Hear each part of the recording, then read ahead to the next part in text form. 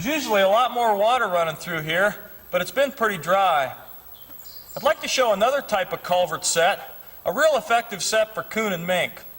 It's using large stones like this. Again, these stones should be placed back in the culvert 25, 30 feet underneath the road.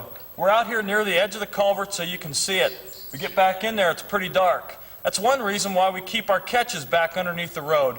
Trapper comes down here or somebody comes down to the end of the culvert, looks in there, it's dark, it just looks like a pile of rocks. They aren't going to crawl back under in that culvert. What's nice about using large stones like this is we're trying to create kind of a maze effect, creating trails in between the rocks for the animals to work through. Also, these stones won't be moved out by high water, and we don't have to keep rebuilding our set every time. What we're doing here is we're creating a couple of paths. We're creating a wide path over here for raccoons. They're a bigger bodied animal, higher off the ground, work through this area. And then we've got a smaller, kind of a tighter place over here for the mink to work through.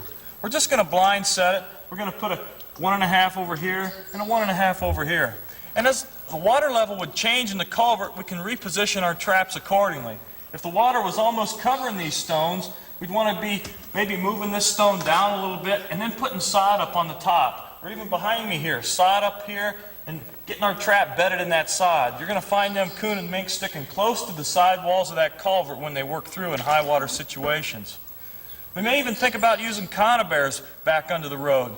We can use the new magnetic mount conibear hookups for your 120s, your 110s, and your 220s for coon and mink, just magnetized right to the culvert sidewall. We can take some wooden stakes and actually cement them in a cement block. You know them 3-hole cement blocks you build a garage with? Stick a wood stake down in there and actually cement one hole so that stake's in there. Then you can grip your conibear right onto that stake, set it back in these culverts, let the water run right through it, pick up your coon as they work through the culvert. There's a lot of different ways of hooking your stuff up. Tie plates work real well. Even in cement culverts, you can get in there with heavy cement nails, safety glasses, ear protection, and drive those into that culvert to wire your traps to. There's just 100 different ways you can set up these culverts if you just think about it.